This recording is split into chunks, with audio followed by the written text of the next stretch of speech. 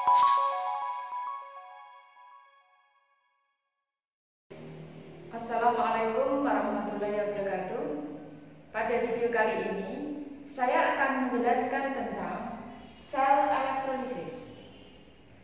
Sel elektrolisis terjadi perubahan energi listrik menjadi energi kimia, di mana anoda elektroda bermuatan positif, sedangkan katoda elektroda yang bermuatan negatif.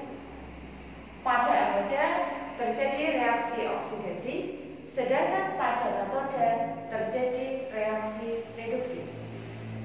Perhatikan gambar sel elektrolisis berikut ini. Elektron akan mengalir dari anoda menuju katoda. Kemudian reaksi yang terjadi pada katoda, sebelum kita menuliskan reaksi di katoda, maka kita lihat dulu apakah yang dielektrolisis itu berupa larutan atau lelehan. Jadi contoh pada gambar ini adalah NaCl larutan. Jadi larutan. Kemudian kalian lihat kationnya. Jadi kation ion yang bermuatan positif. Jadi karena elektrolisis NaCl,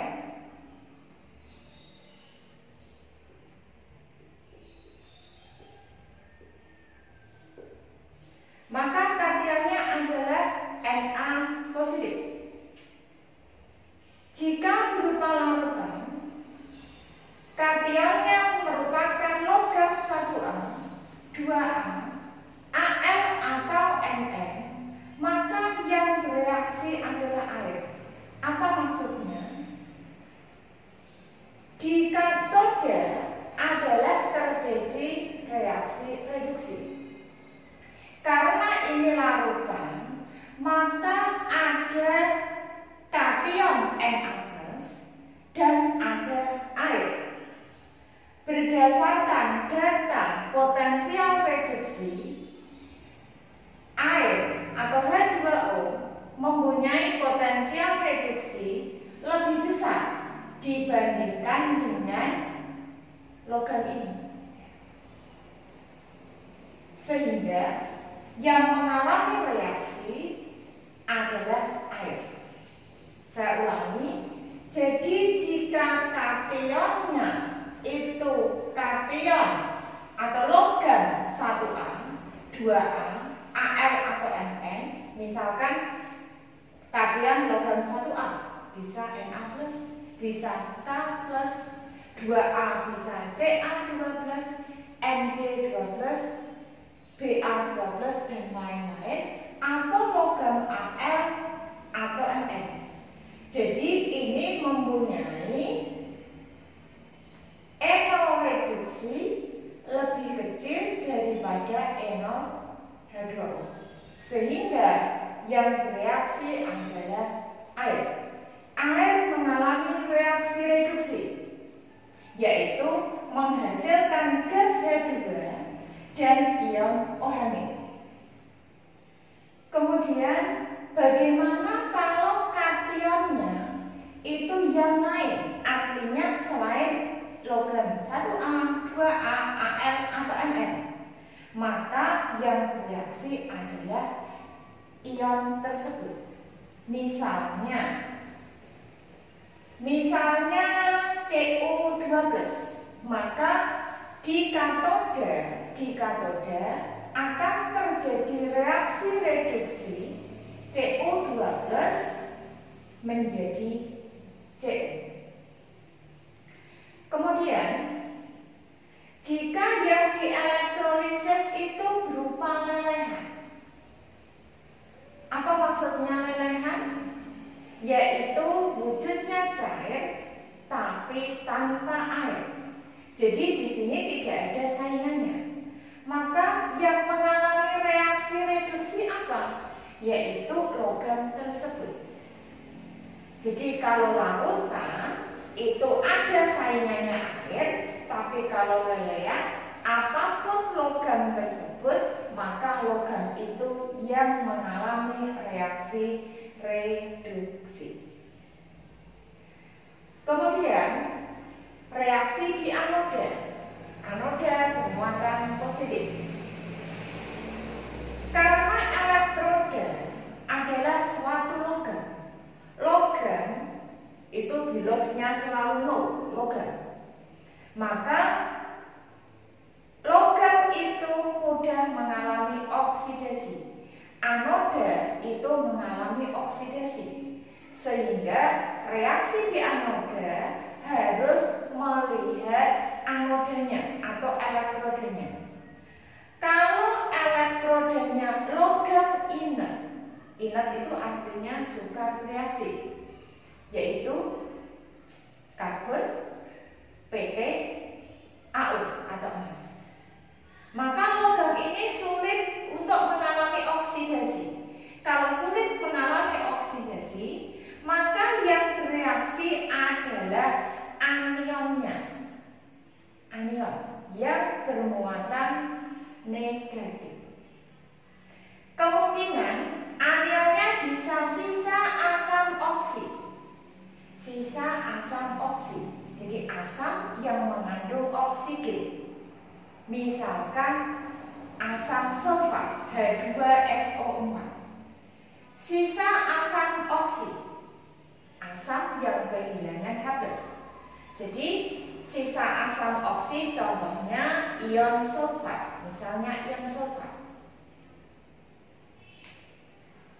Karena sisa asam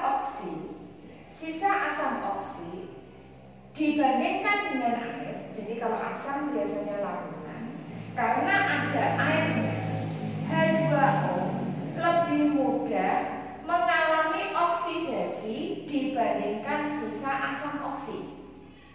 Karena tadi di anoda itu mengalami oksidasi, sehingga yang bereaksi adalah air. Air mengalami reaksi oksidasi menjadi O2 dan 4H+ ditambah 4 elektron. Untuk memudahkan mengingat, tadi juga ada reaksi H2O. Kalau H2O di katoda mengalami reduksi. Reduksi itu bilosnya turun. Jadi yang turun bilosnya apa? Kalau di katoda yang turun bilosnya H. Semula di sini adalah +1. Kemudian turun menjadi 0. Ini adalah H2O mengalami reduksi. Tetapi kalau di anoda itu mengalami oksidasi, bilosnya naik. Jadi yang naik adalah bilosnya O. Semula -2 dalam H2O.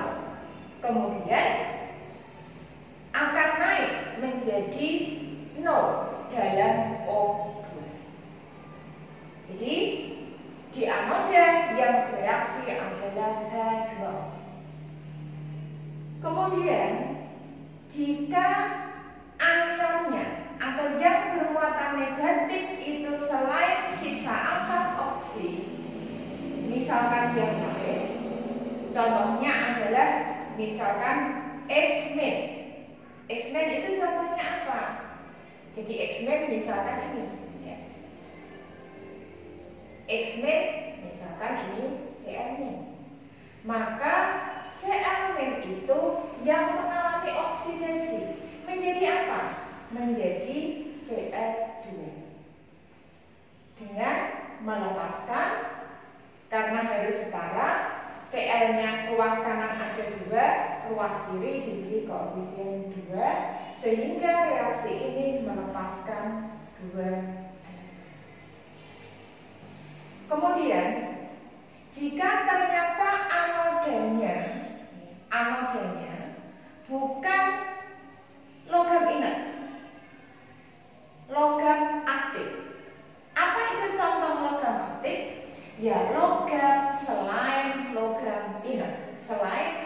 katon PT dan A. Maka yang bereaksi adalah logam tersebut. Sebagai contoh, misalkan logam aktifnya itu misalkan Fe sebagai anoda, maka Fe ini yang bereaksi, yang mengalami oksidasi menjadi Fe12 dan 2F.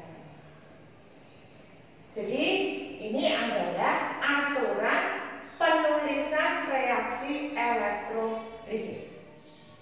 Kemudian untuk lebih jelasnya, saya berikan contoh reaksi elektrolisis larutan NaCl. Reaksi elektrolisis larutan NaCl dengan elektroda C.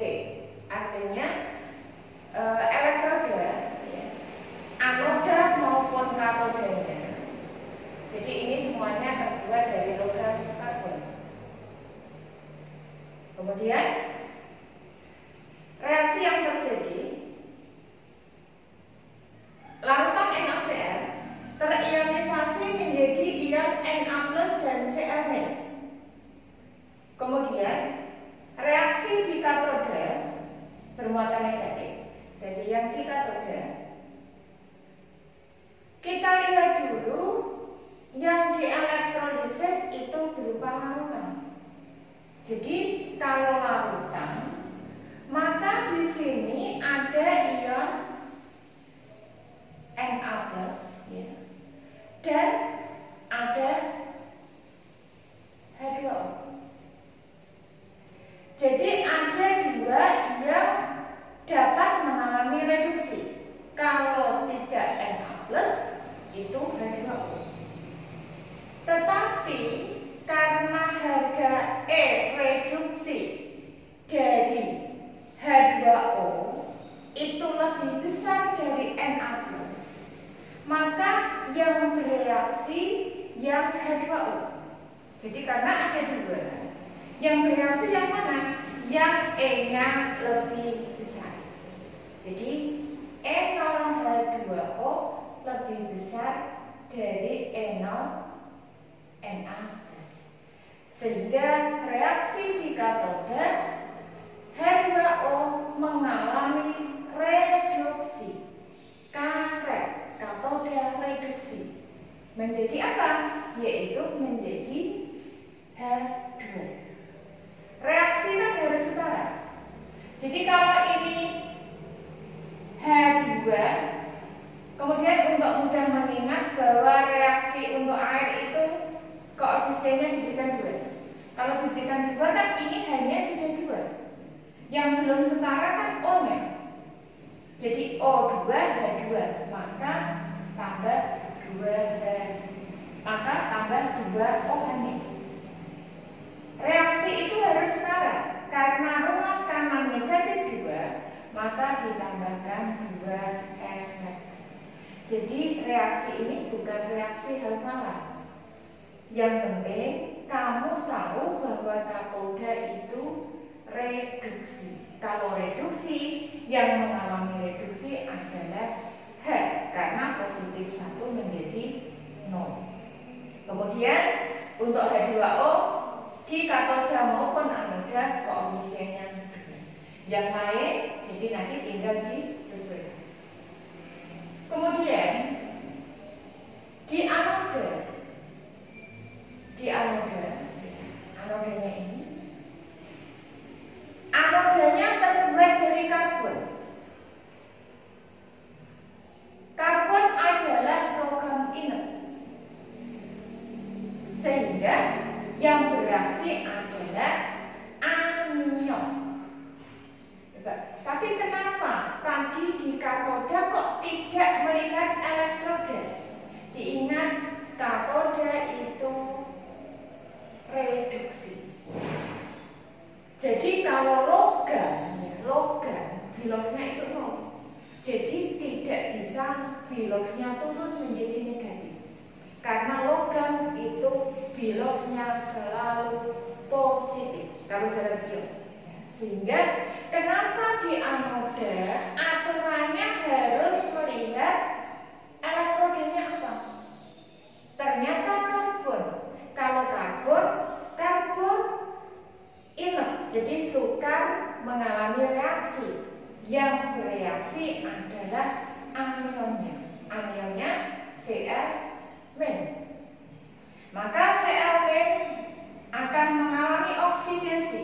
Cl- itu biluxnya -1, sehingga naik menjadi Cl2. Reaksi disetarakan karena Cl-nya 2, ruas kiri diberi koefisien 2, sehingga muatan sebelah kiri -2, maka ruas kanan ditambahkan 2 elektron. Jadi reaksi di katoda maupun anoda semuanya sudah setara. Kemudian kita jumlahkan. Boleh dicoret jika jumlahnya sama. Jadi contoh di sini ada Cl-, 2, ruas kanan hanya 1. Maka ini kita kalikan 2, sehingga menjadi 2 NaCl ditambah, jadi ini tadi dicoret,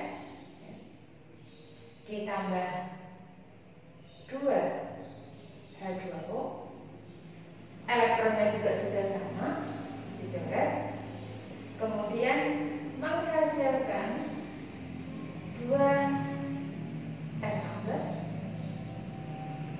plus H2 plus 2 OH plus Cl. Kemudian karena ini ada Na plus ada OH, jadi ini larutan bersifat basa, jadi NaOH. Ya. Jadi boleh ditulis menjadi 2 NaCl plus 2 H2O menjadi 2 NaOH plus H2 plus Cl.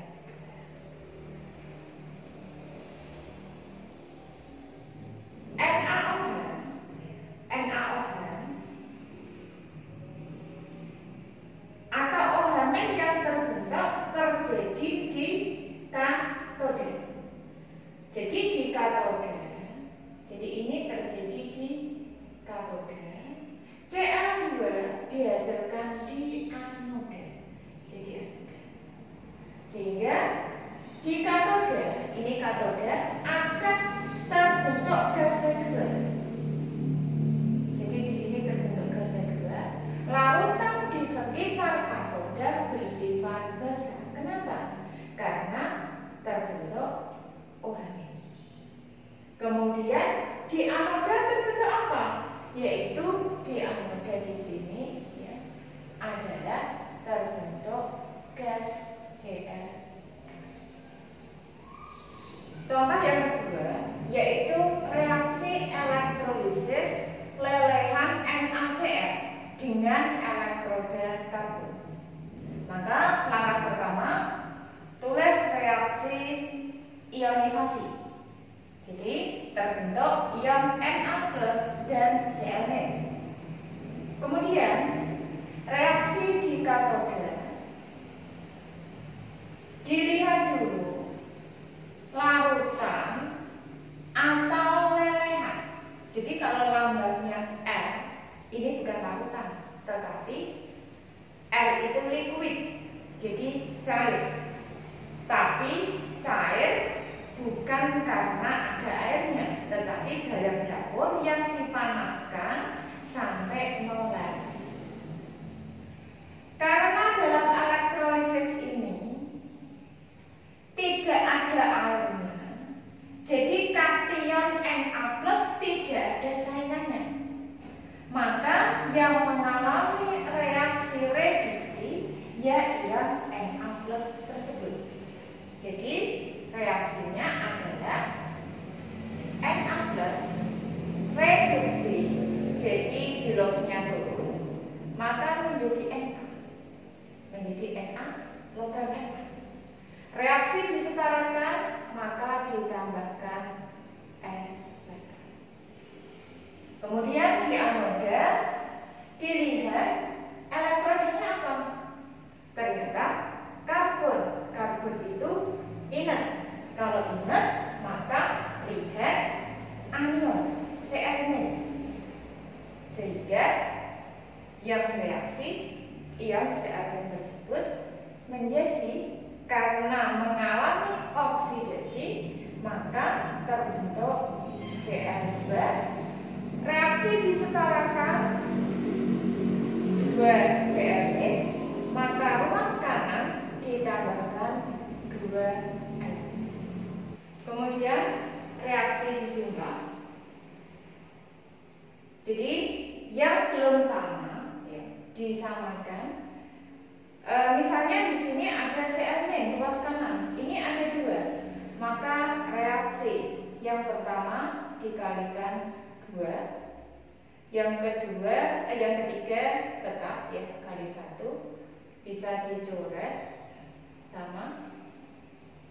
Kemudian elektronnya ini 2, ini tadi kali 1, maka yang reaksi di tengah dikalikan 2, sehingga elektronnya bisa dicoret. Maka hasilnya adalah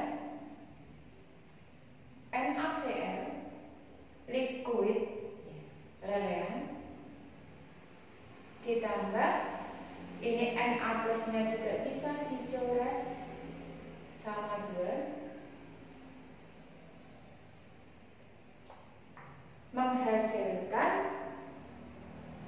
2 Na logam Na ditambah Cl2. Jadi elektrolisis leburan atau lelehan NaCl akan menghasilkan logam Na di katoda dan gas Cl2 di anoda. Gimana dari 2 contoh ini?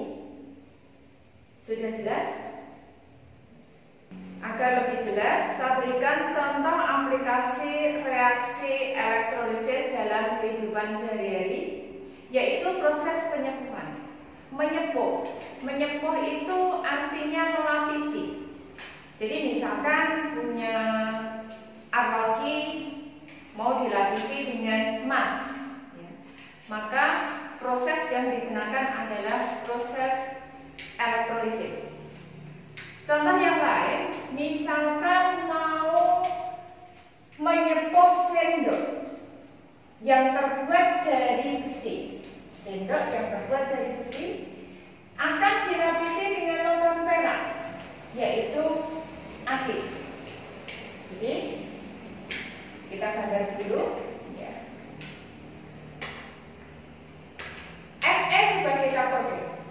Jadi sendok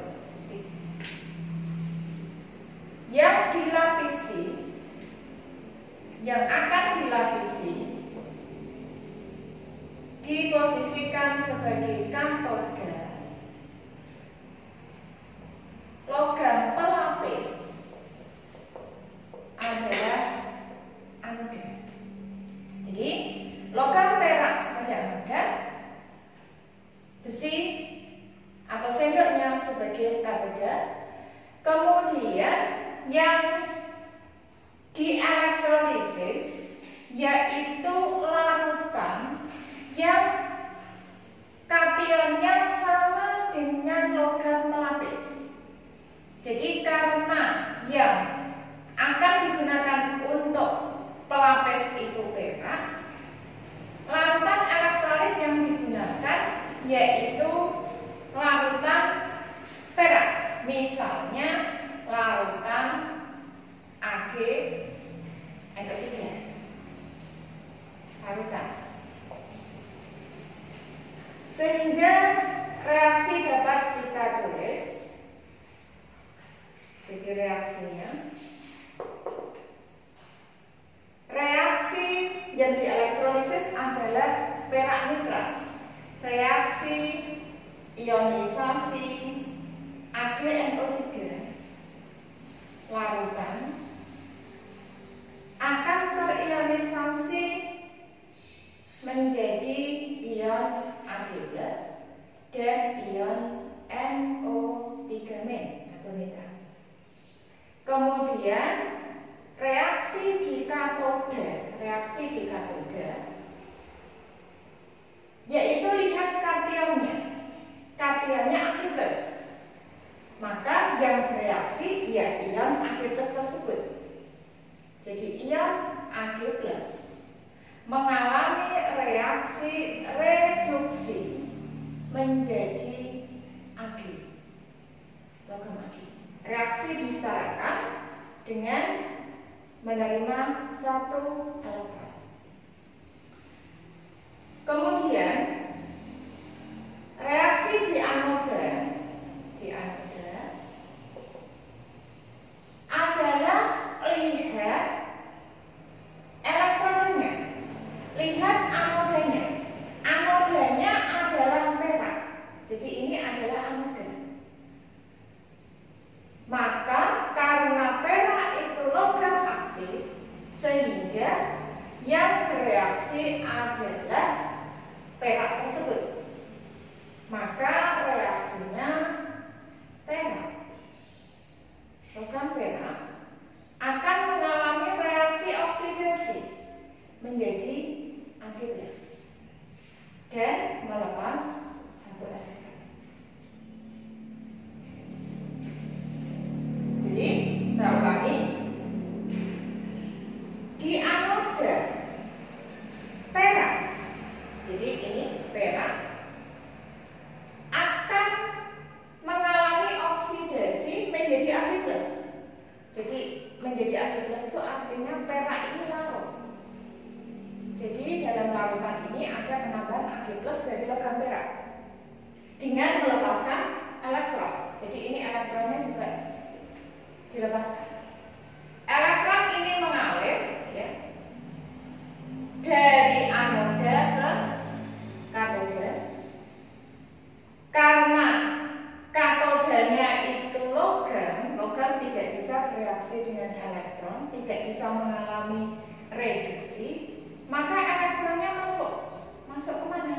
Masuk ke dalam larutan. Dalam larutan ini, jadi elektron akan ketemu dengan ion positif, kation, dari larutan elektrolit maupun dari ion perak yang larut. Sehingga reaksi di katoda ini, elektron ketemu dengan Ag+. Hasilnya adalah logam Ag. Maksudnya bagaimana? Yaitu di katoda akan terbentuk Ag. Jadi di permukaannya sendok ya, ada endapan Ag. Jadi sendok yang semula tadi terbuat dari besi, peraknya nempel di permukaan. Jadi sendok dilapisi dengan perak. Itu yang terjadi di katoda. Yang di anoda perak, jadi logam pelapis, lama-kelamaan akan berkurang. Ya, jadi bisa disimpulkan bahwa elektrolisis pada penyembuhan sendok dari Fe oleh perak adalah memindahkan perak ya, dari batangan perak supaya nanti nempel pada permukaan sendok. Jadi reaksinya seperti ini. Kemudian kita bisa menuliskan reaksi keseluruhan dengan cara dijumlah. Yang sama boleh dicoret. Jadi elektronnya sama, dicoret. Kemudian yang dicoret lagi adalah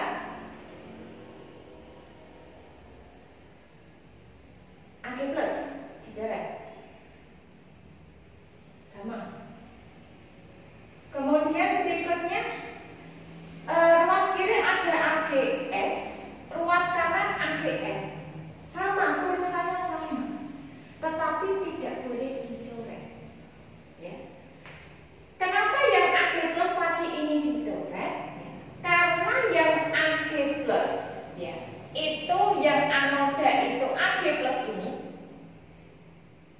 Kemudian yang di katoda juga Ag+.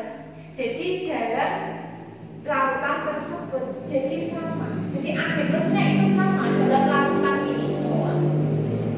Tetapi kenapa Ag yang padat nggak boleh dicoret?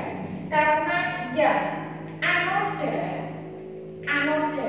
Ag di sini adalah Ag batangan perak ini. Kalau yang di katoda perak yang nempel dalam sendok kan berbeda. Jadi Ag yang di anoda itu adalah Ag ini. Kalau Ag di katoda itu Ag yang menempel dalam sendok. Jadi boleh dicoret kalau itu sama. Ini kan beda. Bendanya beda, zatnya beda. Sehingga kesimpulannya yang bisa dicoret adalah yang berupa ion. Yang berupa padatan solid tidak boleh dicoret. Maka reaksi keseluruhan bisa ditulis AgNO3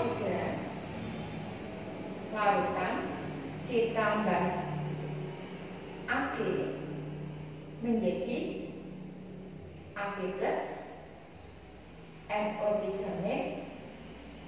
dan Ag+.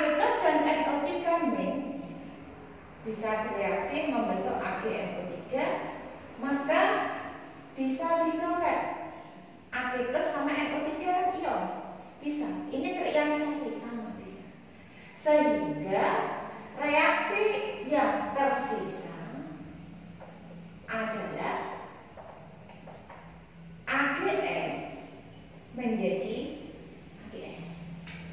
Jadi AgS yang sebelah kiri adalah di anoda, yang Ag perak yang padatan sebelah kanan reaksi adalah di katoda.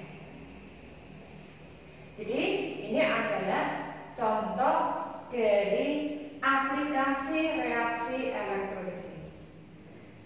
Semoga dengan 3 contoh yang saya berikan membuat kalian lebih paham tentang reaksi elektrolisis. Silakan dipelajari untuk soal-soal yang lain. Assalamualaikum warahmatullahi wabarakatuh.